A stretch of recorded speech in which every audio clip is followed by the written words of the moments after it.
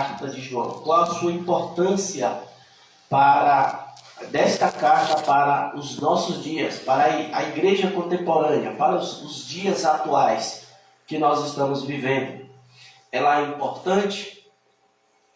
O próprio estudo nós vamos perceber a importância desta igreja. Vamos ler um versículo só. 1 João, capítulo 1, versículo 1. Vou pedir ao irmão Misael para fazer essa leitura. 1 João 1, 1.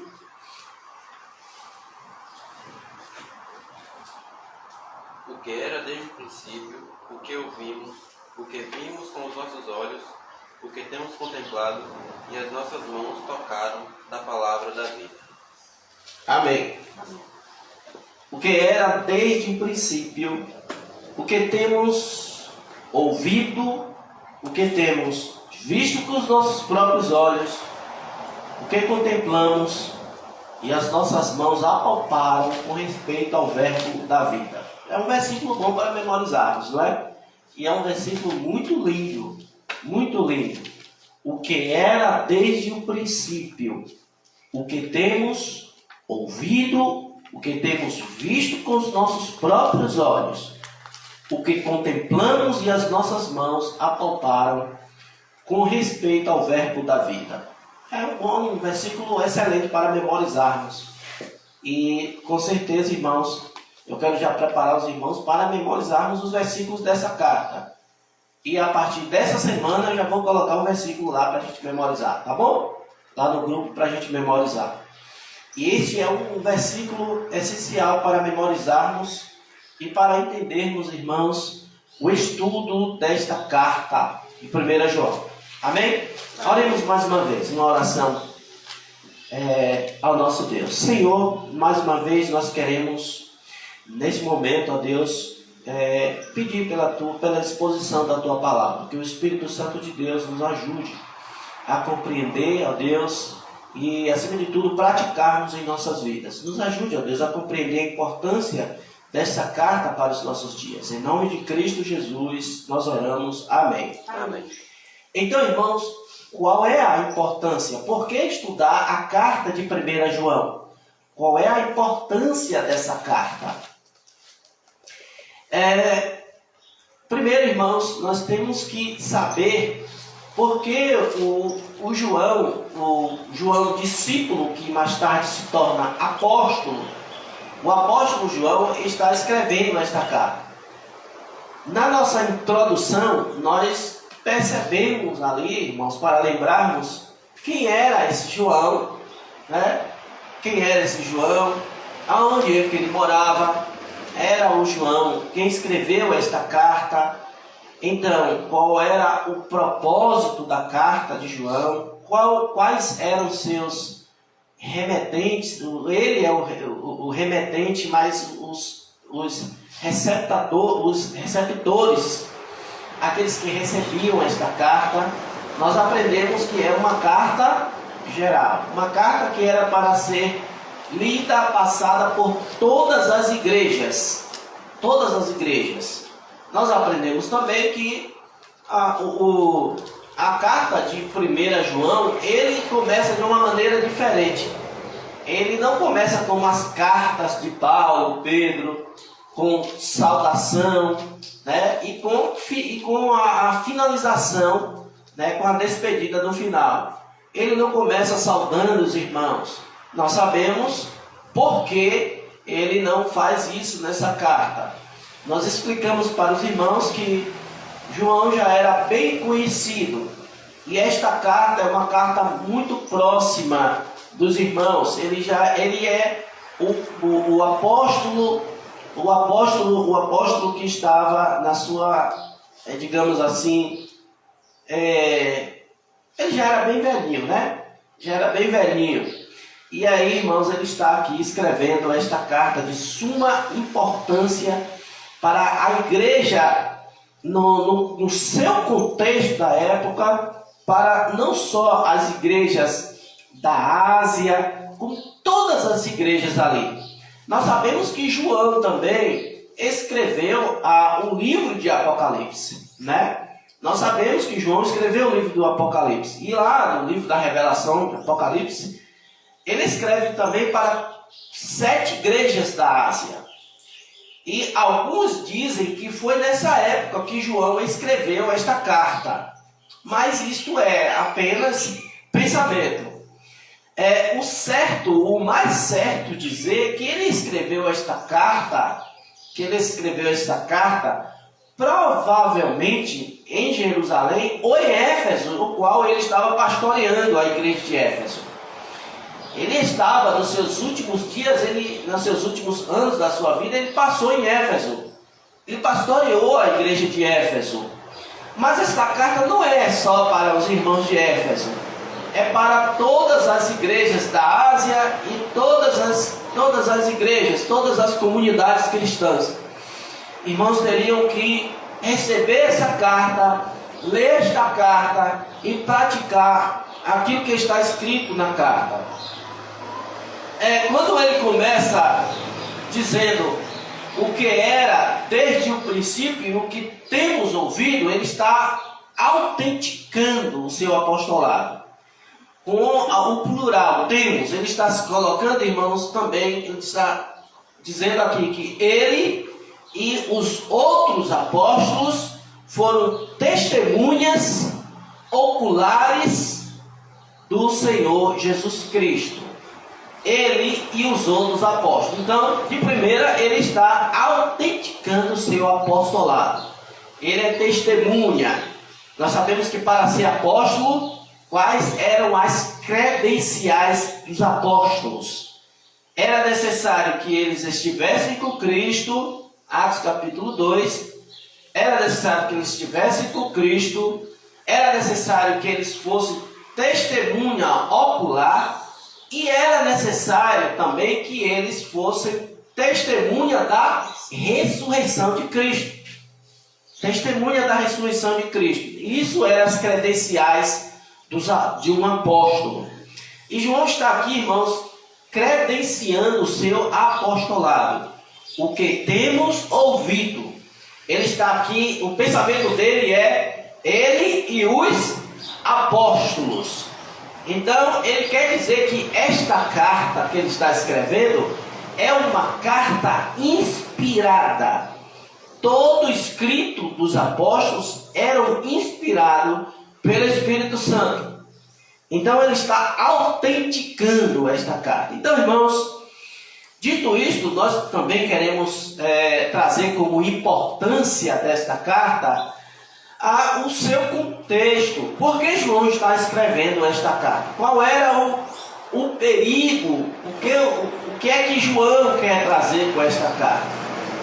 Nós sabemos, irmãos, que o perigo naquele contexto ali é que haviam ali os gnósticos.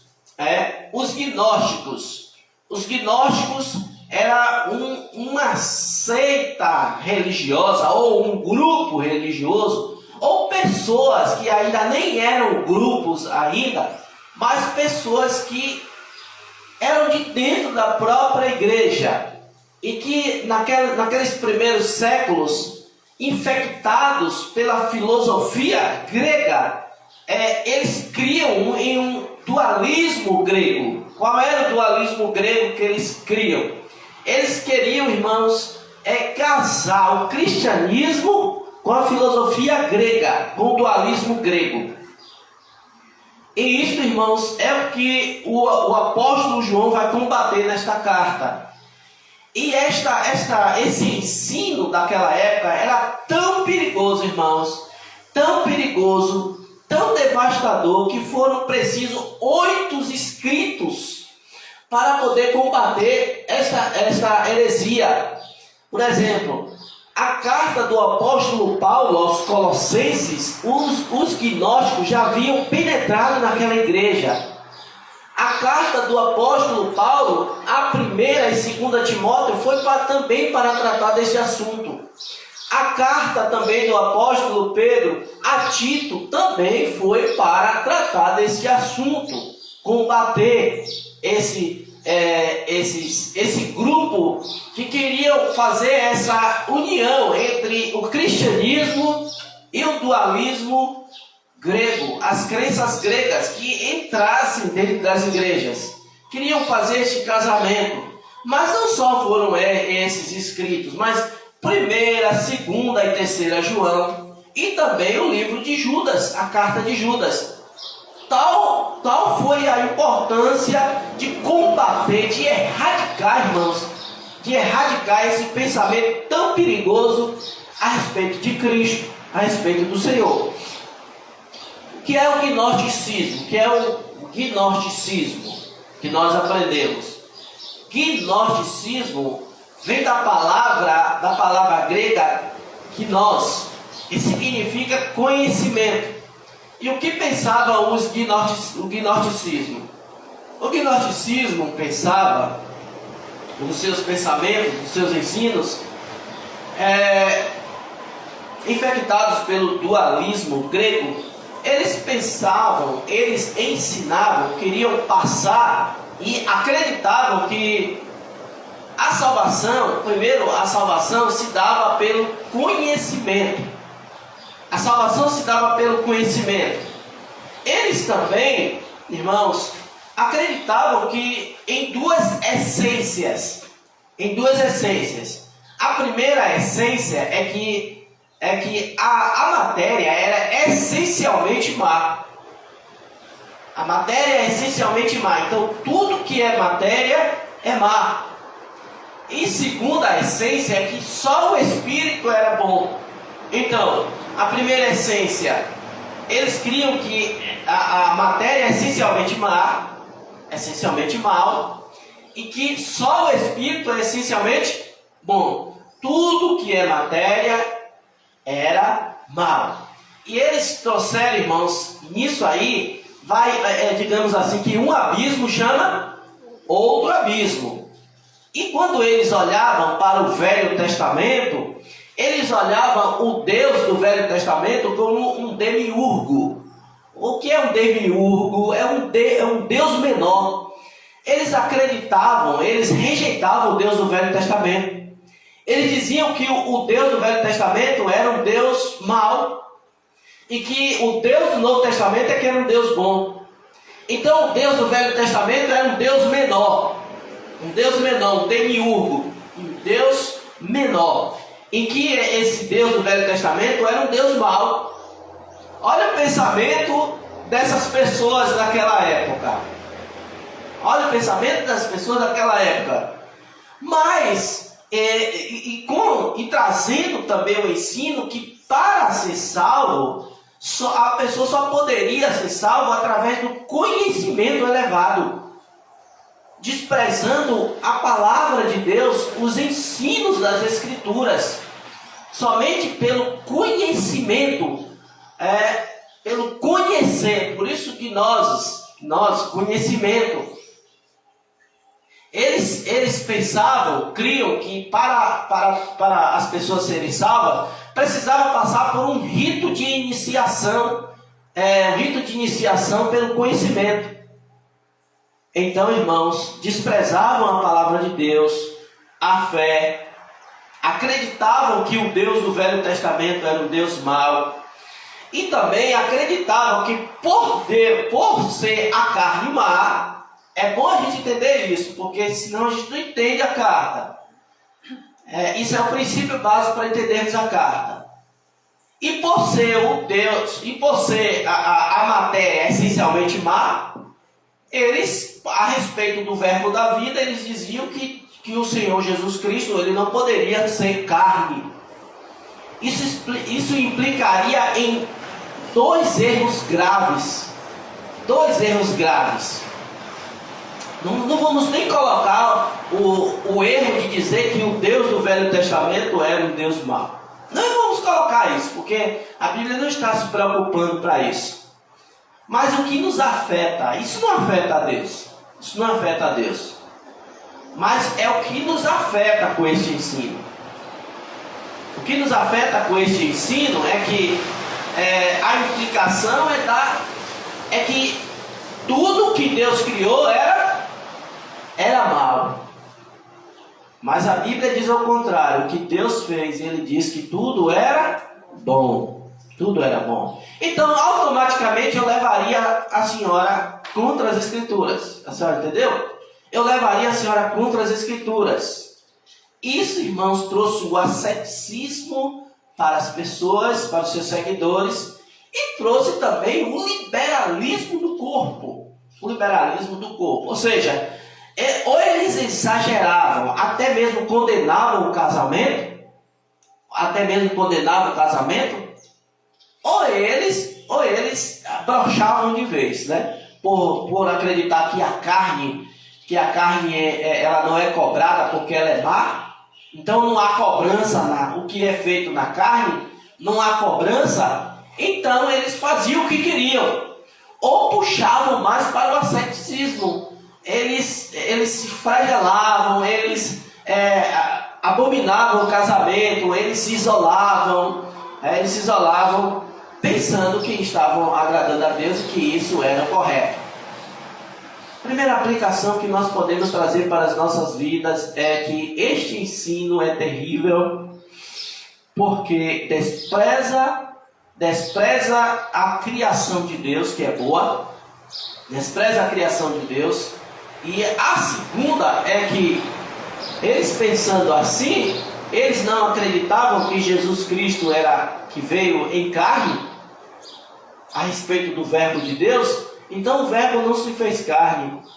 Logo, se o verbo não se fez carne, ele não poderia fazer a expiação por nós. Ele não pôde fazer a expiação, que a expiação é derramar o sangue por nós. Então, se a expiação de Cristo não foi feita, logo estamos todos condenados. Está vendo o perigo desse ensino? Então, se Cristo não veio em corpo, eles negavam o corpo de Cristo, que o verbo se fez carne. Eles negavam isso. Então, se o verbo não se fez carne, logo ele não podia fazer a expiação por nós. Estamos perdidos. É por isso que João vai trazer o versículo, irmãos. O que era desde o princípio, o que temos ouvido, o que temos visto com os nossos próprios olhos e contemplamos, e as nossas mãos pegaram. Nós não podemos pegar algo imaterial, mas sim o que é material, o que é massa, o que é corpo. João está combatendo este ensino. Irmãos, vocês já viram pessoas nos dias atuais dizerem que a Bíblia está atrasada, a Bíblia é retrógrada, a Bíblia, essas pessoas por terem um conhecimento elevado, desprezam a Bíblia? Diz que a Bíblia tem que ser atualizada. Vocês já viram que Xuxa falou da Bíblia? Que a Bíblia é retrógrada, a Bíblia é atrasada, a Bíblia não a Bíblia tem que ser atualizada. Tem muitas pessoas que têm um pensamento gnóstico ainda. O gnosticismo ainda está nos dias de hoje, só que está com outra roupagem, uma coisa diferente. Mas o gnosticismo está presente na mente das pessoas. Uma semente que foi plantada no passado, que hoje brota nos dias de hoje. Que está brotando nos dias de hoje. Xuxa e outras pessoas aí falaram que a Bíblia tem que ser atualizada. Tem que escrever outra Bíblia. Não podemos conceber um Deus que manda matar no Velho Testamento. Olha o pensamento gnóstico. O Deus do Velho Testamento é um demiurgo, um Deus mau. Então, ela mesma disse que, não, olha, o Deus do Velho Testamento manda matar. Mas o Deus do Novo Testamento, ele mesmo mata. Ele mesmo mata. Porque Deus é o dono da vida. Deus é o dono da vida. Então, Deus do Velho Testamento, ele manda matar. Mas eu posso te dizer que o Deus do Novo Testamento, ele mesmo tira a vida. Ele mesmo tira a vida. Vocês lembram de Ananias e Safira? Que vieram trazer a oferta mentindo, colocaram ali aos pés de Pedro e estavam mentindo, escondendo a verdade. E naquele mesmo momento, Pedro disse: vocês mentiram, não foi contra o homem, foi contra Deus, contra o Espírito Santo. Ali mesmo eles morreram. Então, irmãos, eles querem atualizar a Bíblia. Diz que o Deus do Velho Testamento é um Deus mau. Irmãos, isso é para se esconder dos seus pecados. Isso é para não ser cobrado dos seus pecados. Esquece-se que o Deus de amor é o Deus de justiça. Esquece que a bondade de Deus tem que ser considerada também a severidade de Deus. A severidade de Deus no Novo Testamento, no Velho Testamento. Esquece-se que Deus é imutável. Esquece-se que Deus, Ele é o mesmo ontem, hoje e sempre. Ele é o mesmo Deus. O contexto é que mudou das épocas, mas os corações, as mentes são as mesmas. São as mesmas. Segundo, irmãos, que nós temos que ter cuidado com esse ensino, com esses ensinos, é que daí do gnosticismo surgiu o docetismo. O que é os docetismo? Vem da palavra grega chamada doker. A palavra grega chamada doker, que significa parecer.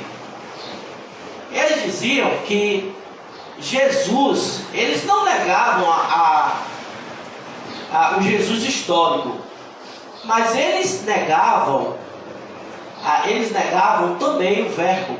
Eles diziam assim, eles diziam que Jesus, ele parecia uma pessoa de carne, né? Ele parecia ter uma estatura, ele parecia ter, mas ele não era. Então Jesus, ele parecia ser, mas não era. Esses foram os ensinos que sorratearam as igrejas daquele tempo. 8 escritos foram necessários para combater, irmãos, para combater esses falsos ensinos. Então o docetismo cria que, da palavra grega doker, que significa parecer, Jesus parecia, ele era um tipo fantasma. Vocês entendem? Tem corpo, mas ele só parecia. Outro perigo, irmãos. Outro perigo. Esse perigo também consiste nas mesmas coisas, de negar a crucificação do Senhor Jesus Cristo. De negar que o Senhor Jesus Cristo se fez carne para morrer por nós. Isso, na verdade, o que está por trás disso, na frente disso, ao redor disso, se chama o diabo. Com esses falsos ensinos para destruir a igreja do Senhor. Irmãos, daí também surgiu outras coisas, né? O gnosticismo, ele se expande para muitas coisas, e todas ruins. Ele se expande para muitas coisas ruins, mas veio o Cerinto. O que é o Cerinto? O Cerinto era um homem naquela época de João, que era inimigo do ensino do apóstolo João. Ele era inimigo ferrenho de João. O que era que Cerinto ensinava? Cerinto, bem que podia ser um Corinto, né? Da igreja carnal. Irmãos, Cerinto ensinava que Jesus Cristo, olha que ensino terrível. Ele não negava o Jesus Cristo histórico. Ele não negava Jesus Cristo, mas olha só o que ele pensava e queria ensinar. Inimigo ferrenho do apóstolo João. Ele dizia assim, bom, Jesus,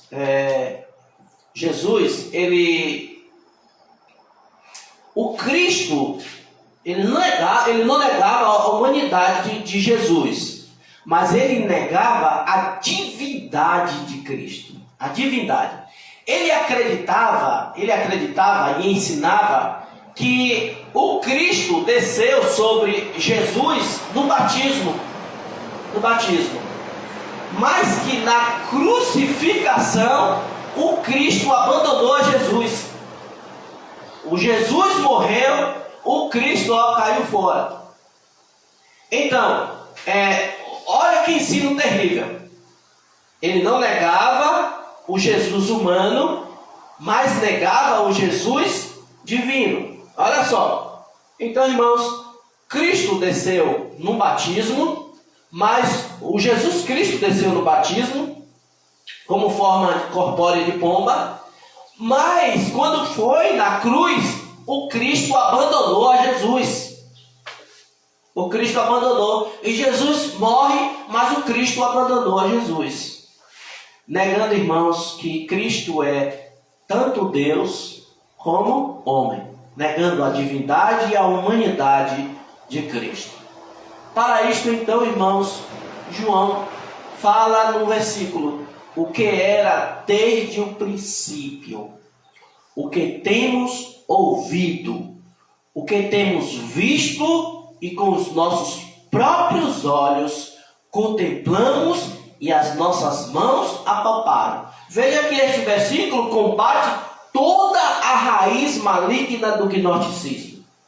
Gnóstico, docentismo, serentismo, tudo é colocado por terra através dessa escrita. O que era desde o princípio, Jesus é Deus. O que temos ouvido, testemunha que o Senhor Jesus Cristo, Ele é Deus. Ouvido, o que temos visto com os próprios olhos, contemplamos e as nossas mãos apalparam. Esse versículo, somente esse versículo seria suficiente para colocar por terra todos aqueles ensinos. Irmãos, então qual é a importância desse estudo da primeira carta de João para os nossos dias, que é para a igreja contemporânea? Primeiro, é importante para detectarmos os erros doutrinários.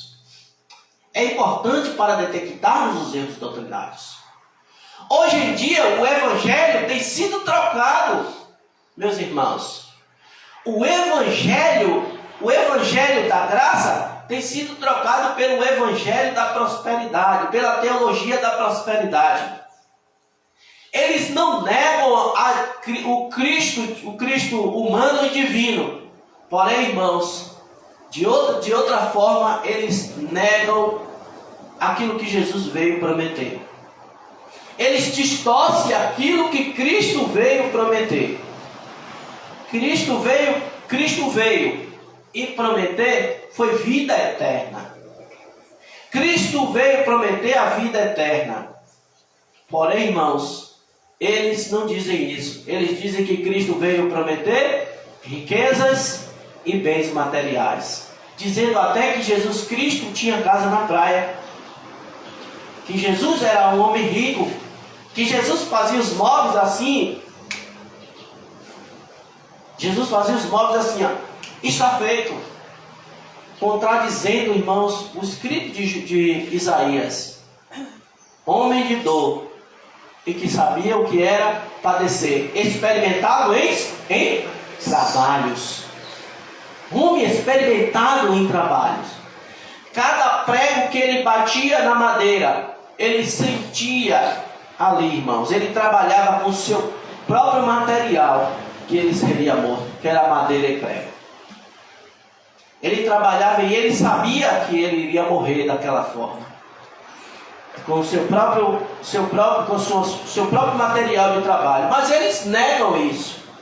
Eles negam e pregam que as pessoas que foram agraciadas por Deus, elas são ricas. Gnosticismo travestido. Gnosticismo está aí presente. Está nos nossos dias. É por isso que é tão importante estudarmos esta carta. Detectarmos os erros doutrinários de hoje, irmãos. Não é possível que um cristão doutrinado caia nesses erros gnósticos travestidos de hoje. Que vá buscar nessas igrejas as riquezas e as curas para as suas vidas. Irmãos, eles procuram inovar. Eles procuram, irmãos, novidades. Querem novidades. Quer ver, irmãos? Quer ver essa congregação aqui cheia? Só é trazer uma novidade. Eu vou trazer uma novidade. Eu vou trazer um pregador aí, bem famoso. Novidade. O que eles querem é novidade. Que norticismo queria novidade. As igrejas enchem quando nós trazemos novidades. Não, por exemplo, quer ver essa congregação aqui cheia de pessoas incrédulas? É que eu compre um carrão do ano, e aí entra aqui com um carrão. E aí eu digo assim, ó, para as pessoas: olha, se Deus me deu esse carro, vocês também têm um carro melhor. Vocês podem ter um carro melhor do que o meu. Vocês podem ter isso enche as pessoas, mas isso não é evangelho. Vocês podem ter um carro melhor do que o meu. Olha que carro lindo. Aí eu entro aqui com um carrão. Aí as pessoas, olha rapaz, começa a encher a congregação. Mas começa a encher a congregação de lobos. Começa a encher a congregação de bodes e não de ovelhas. Isso não é evangelho. Olha, traga aí as suas fotos dos maridos que abandonaram suas mulheres, que vão fazer aqui e das mulheres que abandonaram seus maridos, que vão fazer aqui um dia de intercessão. Eu esqueci até o nome. Traga a foto. Vamos orar por eles. Eles vão voltar. Isso é macumba. Mas está nas igrejas. Isso é gnosticismo.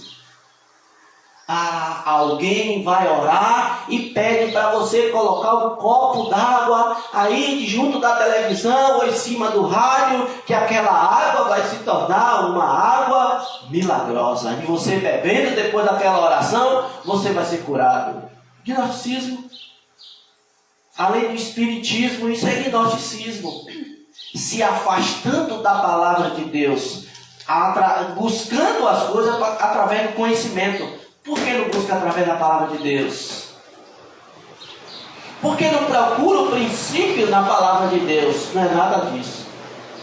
Então eu posso dizer, irmã Laura, com todas as palavras, esta carta é importante para os dias atuais, para detectarmos os erros doutrinários de hoje. Os erros doutrinários de hoje, que são grotescos, meus amados irmãos. E só pessoas imaturas caem nos erros dessas pessoas. Só pessoas que não são doutrinadas caem. Ou até mesmo aquelas que são doutrinadas caem por causa do seu coração, que busca estas coisas. Que estão buscando essas coisas. Há certas religiões, irmãos, com inovações. Hoje, por exemplo, as igrejas estão sendo pintadas de preto. As igrejas estão sendo pintadas de preto. De preto. A Igreja Batista Lagoinha é tudo de preto por dentro. É tudo preto. Forró gospel, tudo isso é gnosticismo. Reggae gospel, tudo gospel. E é um verdadeiro carnaval dentro das igrejas. Verdadeiro carnaval. O pragmatismo também tem infectado as igrejas com gnosticismo, com outras aparências. Mas, irmãos, o que é pragmatismo? É rejeitar aquilo que não dá certo e ter como certo aquilo que dá certo. Por exemplo,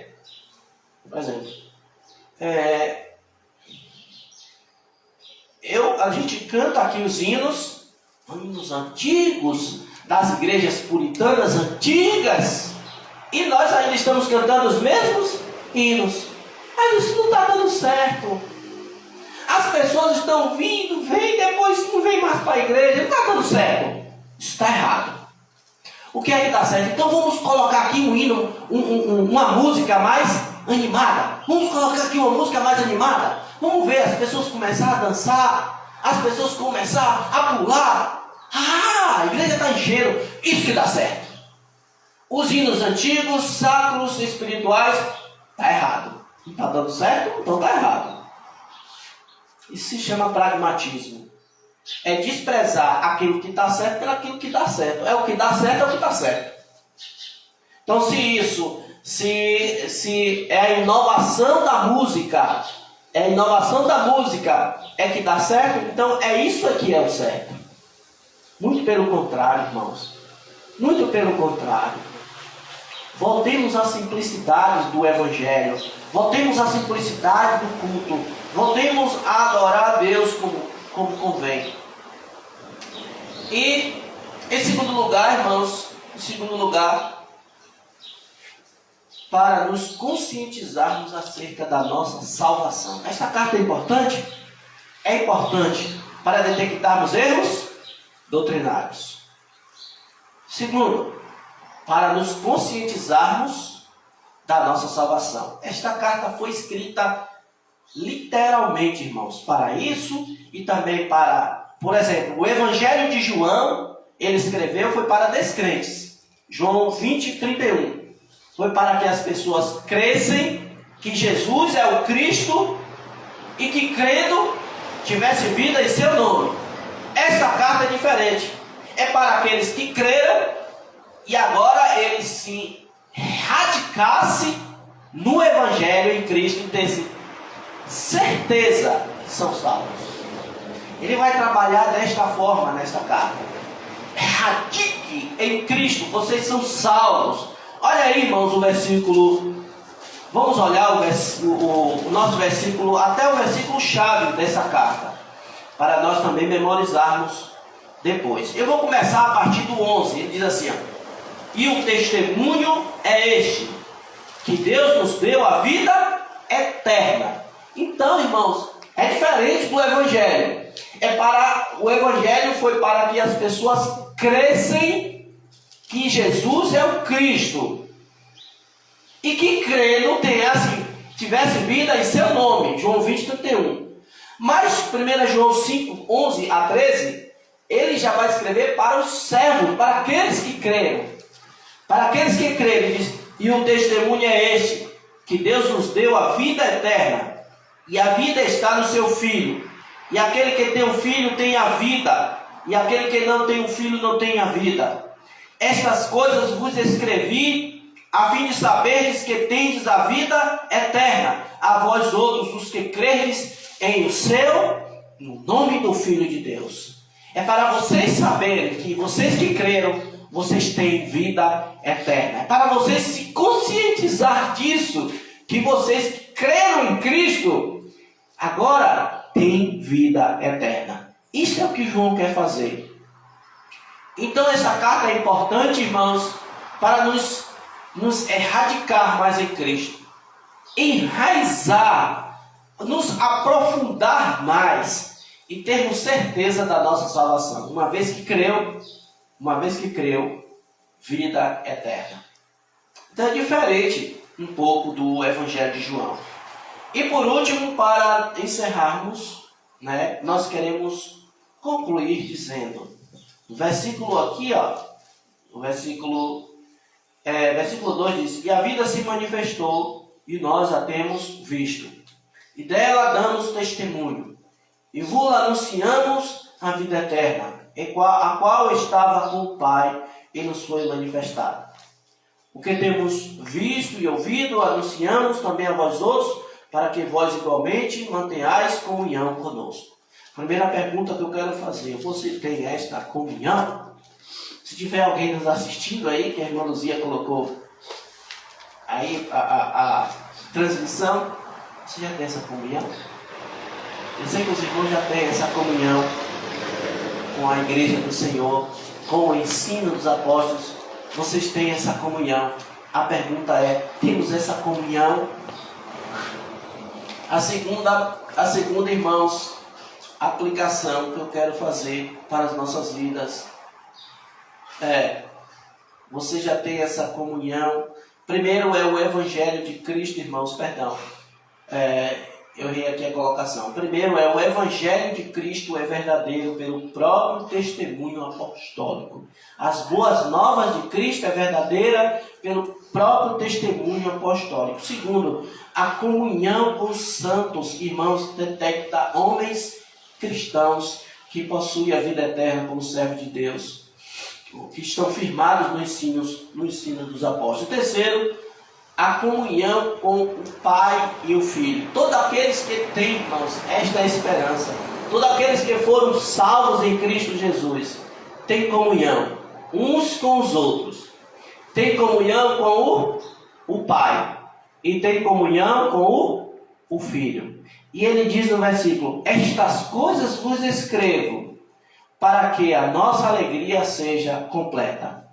Vida eterna, comunhão uns com os outros, comunhão com o Pai e comunhão com o Filho. Que coisa maravilhosa! Essas quatro bases que nós temos na nossa vida. A segurança que nós temos em Cristo Jesus. Aí quando olhamos para nós e olhamos para os nossos pecados, nós dizemos: eu não posso ser salvo. É claro que a gente não pode ser salvo. Mas quando você olha para Cristo, você diz: eu sou salvo. Porque Cristo pagou os meus pecados. Eu olho para Jesus Cristo e sou salvo. Mas quando olho para mim mesmo, eu digo: não tem como eu ser salvo, não. Mas eu aceitei Jesus Cristo, eu fiz uma decisão, mas eu olho para mim mesmo e digo: sou um pecador. Eu olho para mim mesmo e digo: não tem como entrar no céu. Mas eu olho para Jesus e digo: eu sou salvo. Eu sou salvo. Mantenho comunhão com os meus irmãos. Com o ensino estou firmado. E tenho comunhão pela graça com o Pai e com o Filho. Então, irmãos, a nossa alegria assim, ela é completa.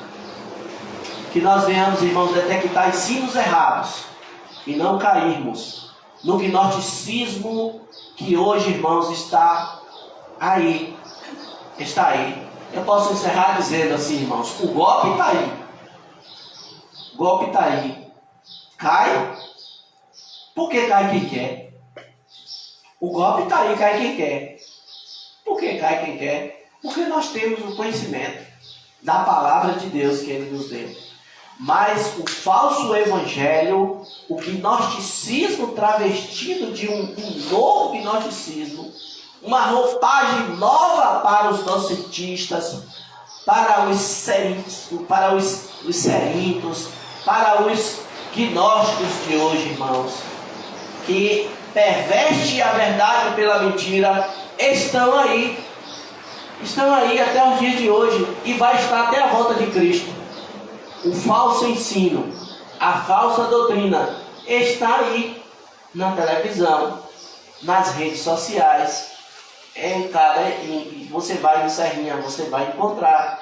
Você vai em Teofilândia, você vai encontrar. Você vai em qualquer lugar, você vai encontrar. É como podemos dizer, né? Modernamente dizendo: o golpe está aí. Cai quem quer. É bom a gente estarmos firmados na simplicidade que é Cristo. É simples, não precisa de novidade nenhuma. Para servir a Deus não precisa de modernidade. Não precisa pegar isso aqui, pintar tudo de preto, né? Corremos atrás de cada vez mais. Olha, o obreiro ali de Serrinha, já viu o carro do obreiro de Serrinha? Olha, o carro do obreiro de Serrinha é um Unozinho. É um Unozinho. Um Unozinho. Aí vem um pastor com um carrão. Uma Hilux. Esse ali, eu vou para aquela igreja ali, eles prosperam. Não sabem que estão caindo no engano. Não sabem que estão caindo no engano. Eles vão pela maioria. Eles vão pelo aquilo que está dando certo. Mesmo que seja errado. Mas está dando certo. Vamos para lá. Vamos para lá. E ali o pastor tinha um desenho interessante. O para encerrar, irmãos, um desenho para ilustrar isso interessante, que tinha uma igrejazinha que pregava o evangelho e estava um pastorzinho lá, pregando o evangelho. E outra igreja com o título Culto da Prosperidade. O pastor aqui vai revelar até o número do cartão. O pastor revela o número de cartão. O pastor revela não sei o quê, o pastor revela não sei o quê. Como é que estava a fila para entrar naquela igreja? Lotada. Como é que estava a fila para entrar na igreja? O pastorzinho estava lá, o culto de doutrina. Já tinha 2 pessoas. Só tinha 2 pessoas só. Mas a outra estava lotada. Outra a ilustração é 2 pastores se encontram. Pastor que prega a teologia da prosperidade e outras coisas. Autoajuda e outras coisas. Um carrão. Aí encontrou o pastor, outro pastor que prega o evangelho. E o pastor que prega o evangelho estava com um Fusca. Aí ele disse assim, ó, você ainda está com um Fusca desse? Você ainda está com não chama nem de carro, né? Quando eu tinha um Fusca, aí o Fusca dava uns pipocos. Sabe o que era que diziam? Você está pensando que Fusca é carro? Eu não gostava não. Você pensa que Fusca é carro, é? É brincadeira, irmãos? Então, irmãos, aí encontrou um pastor da teologia da prosperidade, culto de autoajuda, etc. Rico. E o pastor que prega o evangelho com fusquinha. E ele dizia, você é pastor e tem esse carrinho ainda? Não é pelo que, irmão, está dando certo. É pelo que é verdadeiro. É pelo que é verdadeiro. Nós vamos num caminho estreito e apertado. Estreito e apertado. Mesmo que aos nossos olhos, nós viemos a dizer assim, será que é tão pouquinho?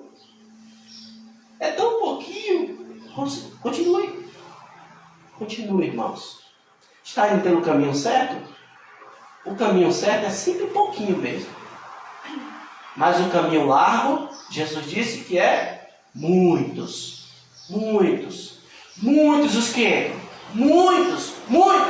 E o caminho, a porta estreita e o caminho apertado. Não sei se eu troquei aí os termos. Jesus disse que é poucos. Que Deus nos abençoe. Amém.